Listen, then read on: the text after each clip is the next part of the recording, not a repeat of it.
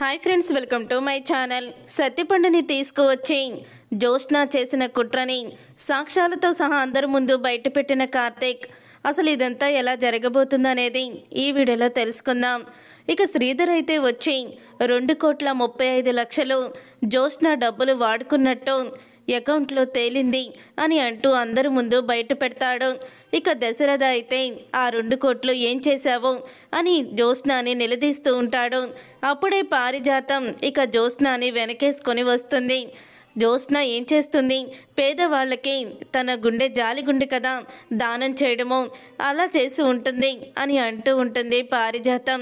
అప్పుడే ఇంకా ఇలాగా కంపెనీ డబ్బులను తను సొంతంగా వేరే ట్రస్ట్కి రాసే హక్కు జ్యోత్స్నకి లేదు అని కార్తీక్ అయితే రూల్స్ అన్నీ కూడా చెప్తూ ఉంటాడు.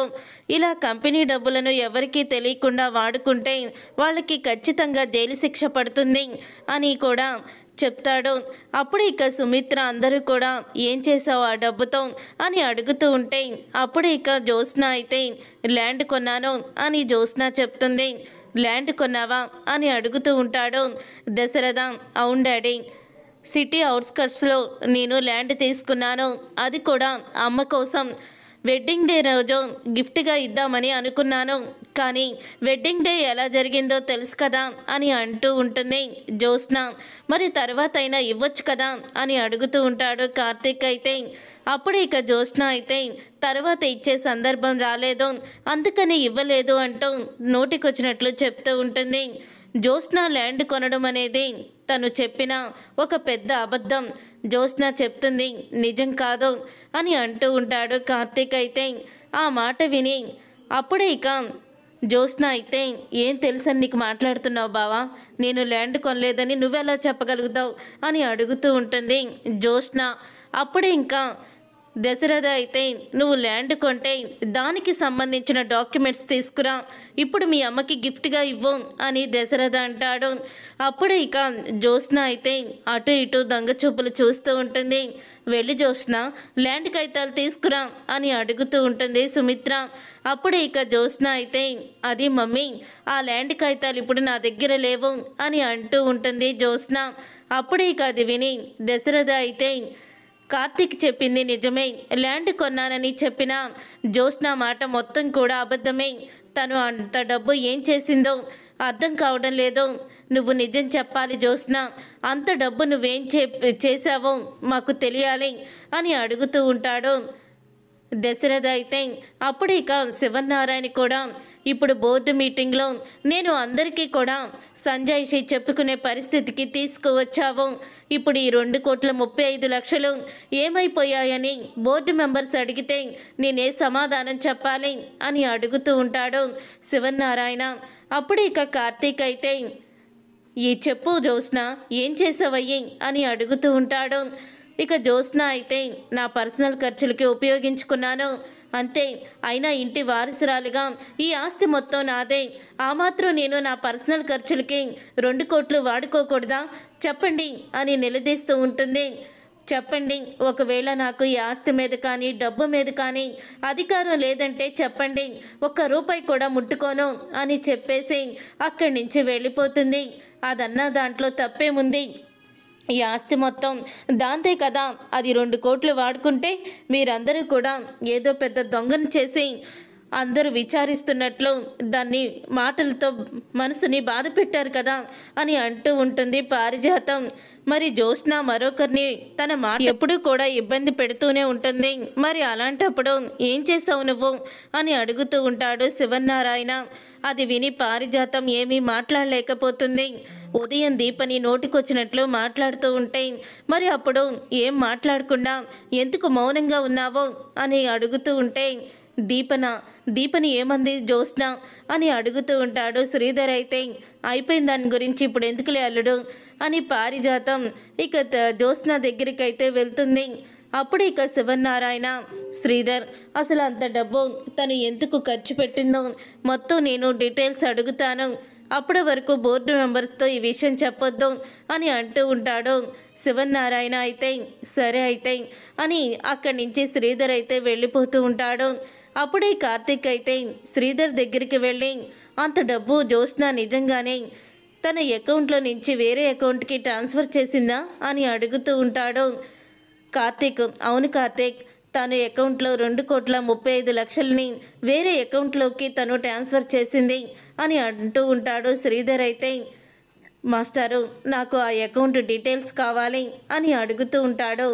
కార్తీక్ అయితే సరే కార్తీక్, ఒక అరగంటలో ఆ డీటెయిల్స్ నీ ఫోన్లో ఉంటాయి, నేను వాట్సాప్లో నీకు పంపిస్తాను అని శ్రీధర్ అయితే చెప్తాడు.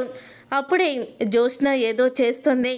అయినా 2,35,00,000 తన పర్సనల్గా వాడుకోవడం ఏంటో అని అంటూ ఉంటాడు. శ్రీధర్ అయితే నిజాలు బయటపడితే మాస్టారు అప్పటి వరకు కొంచెం ఓపిక పట్టుకోవాలి అని అంటూ ఉంటాడు. కార్తీక్ అయితే దీపని ఇక్కడికి ఎందుకు తీసుకొస్తున్నావురా? దీప ఒట్టి మనిషి కూడా కాదు, అందులోనూ జ్యోత్స్న నువ్వు దక్కలేదని ఇంకా కోపంతో రగిలిపోతూనే ఉంది. ఈ టైంలో దీపని ఇక్కడికి తీసుకువస్తే తను ఏదైనా చేస్తుంది, అలాంటి కిరాతకురాలు అని అంటూ ఉంటాడు. శ్రీధర్ అయితే దీపని ఇక్కడ వంట మనిషిగా మాన్పించాయి, నువ్వెలాగో డ్రైవర్గా మాననంటావు కదా అని అంటూ ఉంటాడు శ్రీధర్.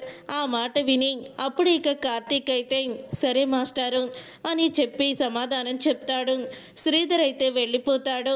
అప్పుడే దీప అయితే అంటూ ఉంటుంది 2,35,00,000 నా పర్సనల్గా వాడుకున్నానని అంత ఈజీగా ఎలా చెప్పగలిగింది బావా? అంత డబ్బు ఏం చేసి ఉంటుంది జ్యోత్స్న అని అడుగుతూ ఉంటుంది దీప. అప్పుడు ఇక ఆ మాట విని కార్తీక్ అయితే అదే నాకు అర్థం కావడం లేదు దీప, అందుకనే కదా తన అకౌంట్లో నుంచి ఎవరెవరి అకౌంట్లోకి ఎంత క్యాష్ వెళ్ళిందో నాకు డీటెయిల్స్ కావాలని నేను మా నాన్నని అడిగాను. ఒక అరగంటలో పంపిస్తానని చెప్పారు. అరగంట అయిపోయి చాలాసేపు అయింది, ఇంకా మా నాన్న ఎందుకో పంపించడం లేదు అని అనుకుంటూ ఉంటాడు. కార్తీక్ అయితే ఇంతలో ఫోన్ మెసేజ్ వచ్చినట్టు మోగుతుంది. అప్పుడే మా మాస్టర్ ఏదో పంపించారు అని ఓపెన్ అయితే చేస్తాడు. అలా ఓపెన్ చేసిన తర్వాత ఎక్కువగా సత్తిపండు అనే అతనికి జ్యోత్స్న అకౌంట్లో నుంచి తన అకౌంట్లోకి క్యాష్ వెళ్ళినట్టు క్లియర్గా చూపిస్తుంది. అసలు ఈ సత్తిపండు ఎవరై ఉంటారో అని అనుకుంటూ ఉంటాడు. కార్తీక్ అయితే ఏమన్నావు బావా, ఏం పేరు చెప్పావు అని అడుగుతూ ఉంటుంది దీప. సత్తిపండు అంట దీప, మరి ఆ సత్తిపండు ఎవరో తెలియడం లేదు అని అంటూ ఉంటే అప్పుడు ఇక దీప ఈ పేరెక్కడో నేను విన్నానని నాకు గుర్తు బావా, ఈ పేరెక్కడో నేను మొత్తానికి విన్నాను అని వెంటనే ఇక దీప అయితే సత్తిపండుని గుర్తు చేసుకుంటుంది. గుర్తుకొచ్చింది బావా, ఆ రోజు రమ్యని తీసుకువచ్చి గౌతమ్ చెడ్డవాడని నిరూపించడానికి ఇక్కడికి తీసుకువచ్చాను. రమ్య కూడా నా కడుపులో బిడ్డకి గౌతమే అని నిజాన్ని ఒప్పుకునే ముందే ఈ సత్తిపండు ఎంట్రీ ఇచ్చాడు. ఈ సత్తిపండు ఎంట్రీ ఇచ్చి రమ్య నా భార్య, తన కడుపులో ఉన్న బిడ్డకి తండ్రిని నేనేనంటూ అందరి ముందు కూడా అబద్ధం చెప్పాడు. అలాగే రమ్య ఆ పరిస్థితుల్లో వాడి మాట తప్ప నా మాట వినలేదు. ఇక అందరూ కూడా నేను దొంగ సాక్ష్యం తీసుకొచ్చానేమో అని అందరూ నన్ను చాలా కోపంగా చూశారు. కానీ దొంగ సాక్ష్యం ఆ సత్తిపండే అని అంటూ ఉంటుంది దీప. మరి ఈ సత్తిపండు ఎక్కడుంటున్నాడో, ఎలా ఉన్నాడో ఎలా తెలుసుకోవాలి అని అడుగుతూ ఉంటాడు కార్తీక్ అయితే. అప్పుడు ఇక రమ్యకి అతను దగ్గర బంధువే అని చెప్పింది. రమ్యకి ఏమన్నా తెలుస్తుందేమో బస్తీకి వెళ్తే అని అంటూ ఉంటుంది దీప. అప్పుడు ఇక బస్తీకి అయితే వెళ్తారు. అలా బస్తీకి వెళ్ళిన తర్వాత ఇక రమ్య అయితే కార్తీక్ని చూసి గుర్తుపడుతుంది. మీరా బాబు, దీపక్ ఏం చేస్తుంది, బాగానే ఉందా అని అడుగుతూ ఉంటే బాగానే ఉన్నావు రమ్య, ఇంతకీ నీ కొడుకు ఏం చేస్తున్నాడో, మళ్ళీ గౌతమ్ నిన్నేమన్నా అంటున్నాడా, నీ జోలికి వస్తున్నాడా అని అడుగుతూ ఉంటాడు. లేదు బాబుగారు, నా జోలికి ఇంకా గౌతమ్ రావడం లేదు, నా కొడుకుతోనే నేను బ్రతుకుతున్నాను, నా కొడుకునే చూసుకొని ధైర్యంగా ముందుకు అడుగు వేస్తున్నాను అని అంటూ రమ్య అయితే చెప్తుంది. ఇక రమ్య మాటలకి కార్తీక్ అయితే నిజంగా నువ్వు చాలా మంచి నిర్ణయం తీసుకున్నావమ్మా, నాకు ఒక ఈ విషయం చెప్పాలి నువ్వు అని అంటూ ఉంటాడు కార్తీక్ రమ్యతో. చెప్పండి బాబు అని రమ్య అడుగుతుంది. ఆ రోజు దీప నిన్ను నీ కడుపులో ఉన్న బిడ్డకి తండ్రి గౌతమ్ అని చెప్పించడానికి ఒక పెద్దింటికి నిన్ను తీసుకువెళ్ళింది, అదే జ్యోత్స్న వాళ్ళ ఇంటికి. మరి జ్యోత్స్న వాళ్ళ ఇంటికి నువ్వు వెళ్ళినప్పుడు నీ భర్తగా వచ్చిన సత్తిపండు ఎవరో, అతను నీకేమవుతాడో అని అడుగుతూ ఉంటాడు కార్తీక్ అయితే. అసలు అతను ఎవరో తెలుసు, కానీ నాకు మాత్రం అతను ఏమీ కాడు, మా బస్తీలో ఉంటాడు అంతే అని అంటూ ఉంటుంది రమ్య. బస్తీలోనే ఉంటాడా? ఎక్కడ వాడిల్లు అని అడుగుతూ ఉంటే తెలీదు బాబు, ఇప్పుడు వాడు మాత్రం బస్తీలో ఉండడం లేదు, తను వేరే ఊళ్ళో ఫ్యామిలీతో ఉంటున్న బస్తీ నుంచి వాడు ఎప్పుడో వెళ్ళిపోయాడు అని అంటూ ఉంటుంది రమ్య. అప్పుడే వాడు సత్తిపండు గౌతమ్ మనిషే కదా అని అడుగుతూ ఉంటాడు కార్తీక్. లేదు బాబు, వాడు గౌతమ్ పంపించిన వాడు కాదు, గౌతమ్ మనిషి కాదు, ఆ రోజు వాడిని పంపించింది జ్యోత్స్న అని అంటూ నిజాన్ని బయట పెడుతుంది రమ్య. అది విని ఒకేసారి కార్తీక్ షాక్ అయిపోతూ, ఏం మాట్లాడుతున్నావు నువ్వు అని అనగానే, అవును, ఆ రోజు వాడిని పంపించింది జ్యోత్స్ననే బాబు, గౌతమ్కి అసలు వాడెవడో కూడా తెలీదు అని అంటూ ఉంటుంది రమ్య. అయితే ఇప్పుడు ఆ సత్తిపండు ఎక్కడున్నాడో నీకు తెలుసా అని అడుగుతూ ఉంటే, వాడు ఎక్కడుంటున్నాడో నాకు తెలియదు, కానీ వాడు ఫోన్ నెంబర్ అయితే నా దగ్గర ఉంది అని చెప్తూ ఫోన్ నెంబర్ అయితే ఇస్తుంది. అప్పుడే కార్తీక్ అయితే, ఈ ఫోన్ నెంబర్ ద్వారా వాడు ఎక్కడున్నాడో ఖచ్చితంగా తెలుసుకుంటాను అని అనుకుని కార్తీక్ అయితే ఫోన్ నెంబర్ అసలు ఎక్కడి నుంచి సిగ్నల్ వస్తుందో, వాడు ఎక్కడున్నాడో మొత్తం కూడా ఇక కార్తీక్ అయితే కనిపెడతాడు. ఇక కార్తీక్ అయితే సత్తిపండుని వెతుక్కుంటూ అయితే బయలుదేరుతాడు. ఇంతలో ఇక జ్యోత్స్న అయితే, ఈరోజు కార్తీక్ బావ రాలేదేంటి గ్రాని, ఈరోజు బావ రాలేదేంటి అని అడుగుతూ ఉంటుంది జ్యోత్స్న. ఏమోనే నాకు తెలీదు అని అంటూ ఉంటుంది పారిజాతం. అప్పుడే పారిజాతాన్ని వెళ్ళి దీపని అడగమని చెప్తుంది.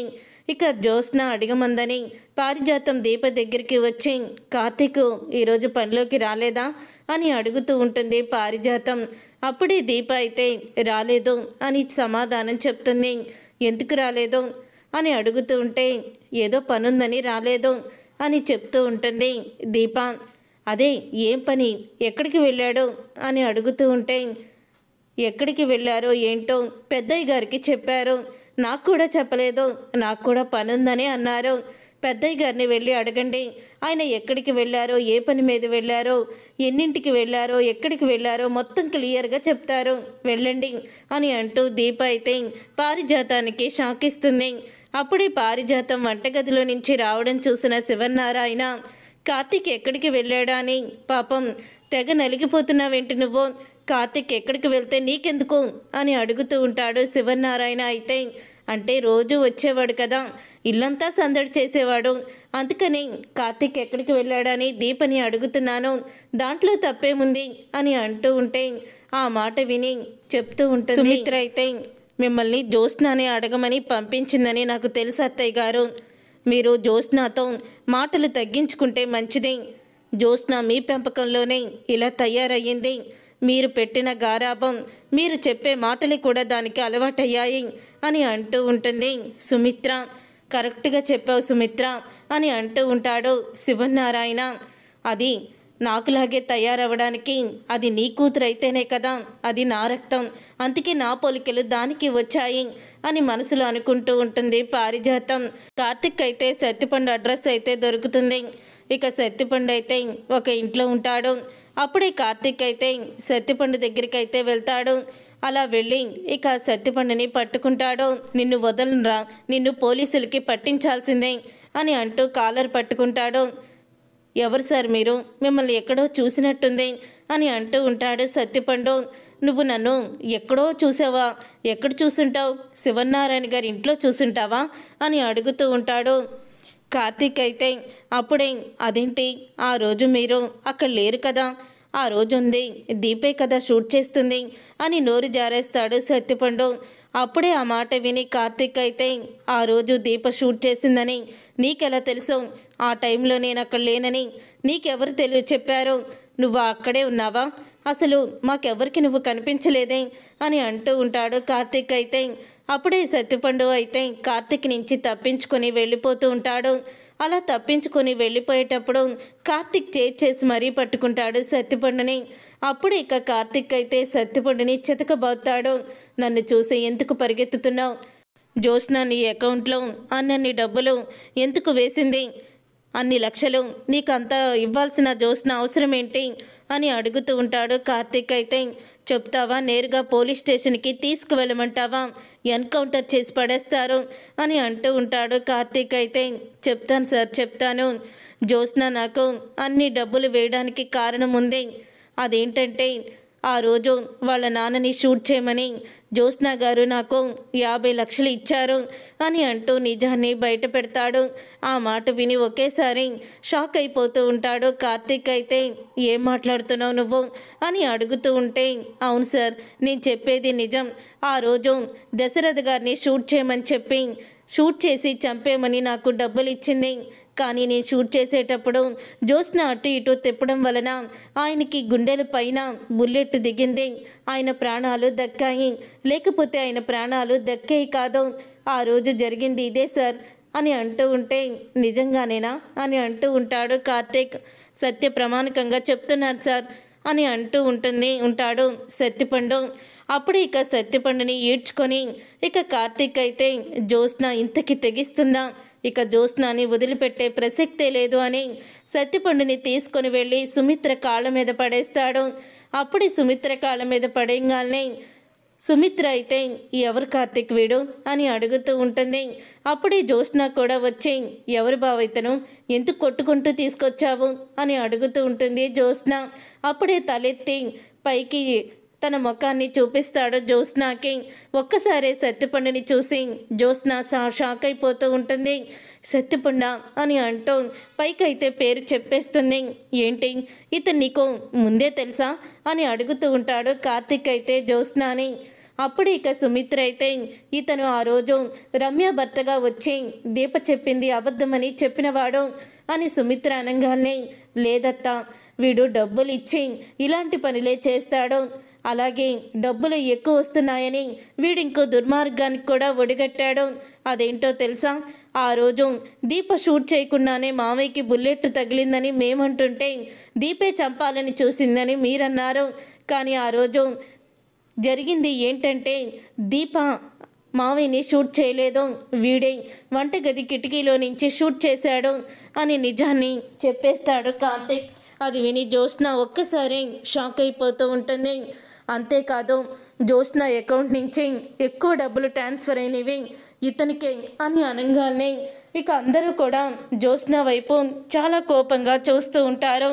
అప్పుడే శివనారాయణ అయితే, చెప్పు జ్యోత్స్న, అసలు ఇతనికి నువ్వెందుకు డబ్బులు ఇచ్చావు, ఇతను మీ నాన్నని షూట్ ఎందుకు చేశాడు అని అడుగుతూ ఉంటాడు శివనారాయణ. చూశారుగా ఫ్రెండ్స్, మొత్తానికి కార్తీక్ అయితే జ్యోత్స్న చేసిన కుట్రలను ఈ విధంగా బయట పెట్టబోతున్నాడు. ఇప్పటికైనా దీప ఇంటి వారసురాలని, జ్యోత్స్న దాసు కూతురని తెలియాలని అనుకునేవాళ్ళు వీడియోని తప్పకుండా లైక్ చేసి ఛానల్ని సబ్స్క్రైబ్ చేసుకొని పక్కనే ఉన్న గంట సింబల్పై ఆల్ అని క్లిక్ చేయండి. అప్పుడు మేము పెట్టే ప్రతి వీడియో మీరు మిస్ కాకుండా చూసేవచ్చు.